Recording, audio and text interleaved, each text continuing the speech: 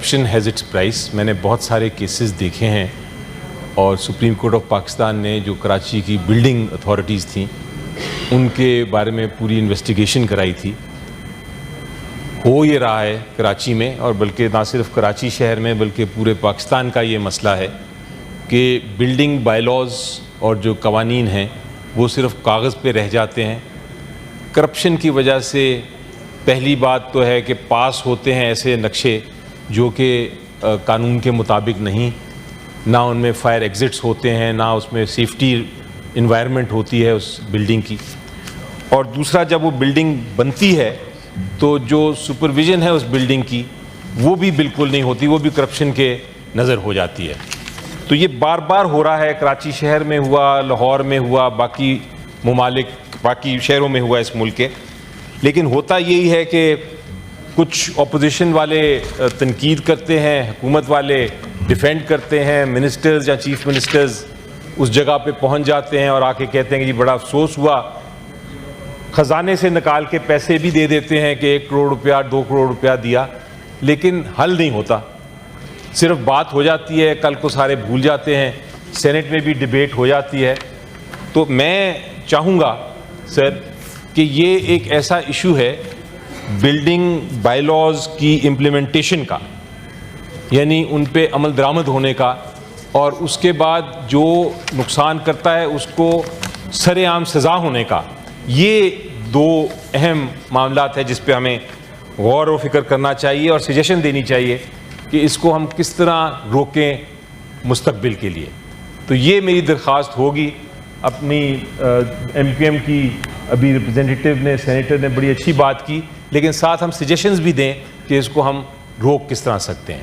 یہ نظر یہ آتا ہے مجھے کہ نااہلی ہے، ٹوٹل نااہلی ہے ہماری جو پروونشل حکومت ہے، لیکن خالی فنگر پوائنٹ کرنے کی، یعنی ان کی طرف نشاندہی کرنے کا فائدہ نہیں. مقصد صرف اب حل ہوگا اگر ہم اس کو روک سکیں. Sir thank you.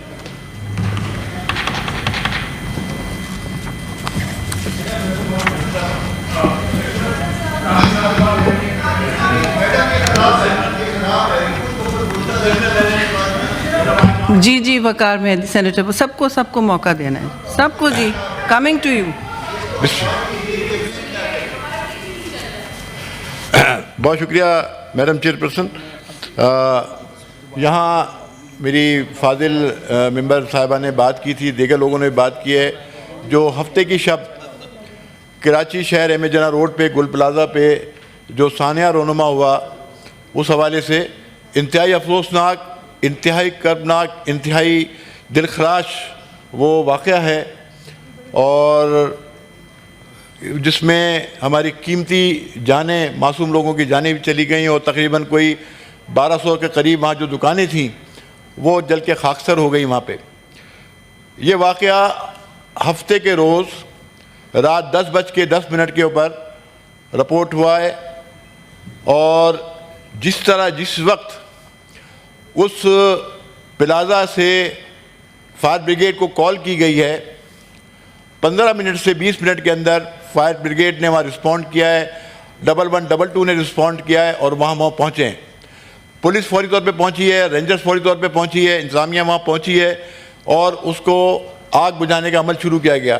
وہاں پہ کیونکہ ایم جناح روڈ پر گرین لائن کا کام بھی چل رہا ہے، جو فیڈرل گورنمنٹ کا پروجیکٹ ہے، جس کی وجہ سے وہ روڈ تھوڑی تنگ ہے، اور وہاں پہ لوگوں کا اتنا بڑا ہجوم جمع ہو گیا تھا کیونکہ پیچھے آبادی بھی بڑی ہے، وہ سب آ گئے تھے، جس کی وجہ سے فائر بریگیڈ کی گاڑیوں کو موو کرنے میں مشکل پیش آئی. وہاں پہ 20 فائر ٹینڈر، 8 کے قریب واٹر باؤزر، اسنارکل، یہ تمام مشینریز وہاں موجود تھی، ایمبولینسز موجود تھی، تمام وہاں پہ جو گورنمنٹ کی فنکشنری تھی، مشینری تھی، وہاں موجود تھی. وہاں پہ جب یہ شروع کیا گیا تو اس کے بعد وہ آگ بجھانے کا عمل، جس میں ایک تاجر دوست نے بتایا، تنویر پاستہ نام ہے ان کا، کہ یہ آگ پہلے ایک آرٹیفیشل فلاور کی دکان میں لگی، جس کے بعد یہ آگے پھیلتی گئی. انہوں نے اپنے طور پہ کوشش کی، اور انہوں نے کس طرح سے وہ آگ بجھانے کی کوشش کی تو وہ آگ آگے کی جانب دوسری دکانوں میں چلی گئی. فائر بریگیڈ کا اس میں ایک فائر مین بھی شہید ہوا ہے. فائر بریگیڈ نے بھرپور کوششیں کی ہیں. اب مسئلہ یہ ہے کہ وہ جو بلڈنگ بنی وہ بلڈنگ 90s کے اواخر میں بنی تھی اور اس کے اندر کوئی 900 کے قریب دکانیں جو تھیں وہ نقشے کے مطابق اپروو تھیں, لیکن اس میں ناجائز دکانیں بھی کوئی 250 قریب بنائی گئیں, جو کہ وہاں انتظامیہ جو وہاں بیٹھی ہوئی ہے, یہ جو بات یہاں کی گئی گرل, کیونکہ وہ جو وہاں کی یونین ہے انہوں نے وہ گرل بند کی تھی, وہ راستے بند کیے تھے انہی نے وہاں پہ. اس کے بعد 2004 یا 2003 کے اندر اس کا جو کمپلیشن سرٹیفکیٹ ہے وہ بھی اس وقت جاری کیا گیا جب وہاں پہ ارباب رحیم کی اور مہر صاحب کی حکومت تھی.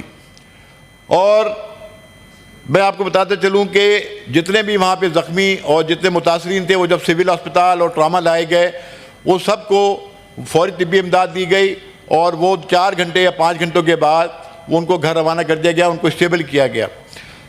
یہ آگ کل رات گئے تک وہاں پہ جلتی رہی ہے جس کو بجھانے کی پرپور کوشش کی گئی. اب وہاں کولنگ کا عمل جاری ہے.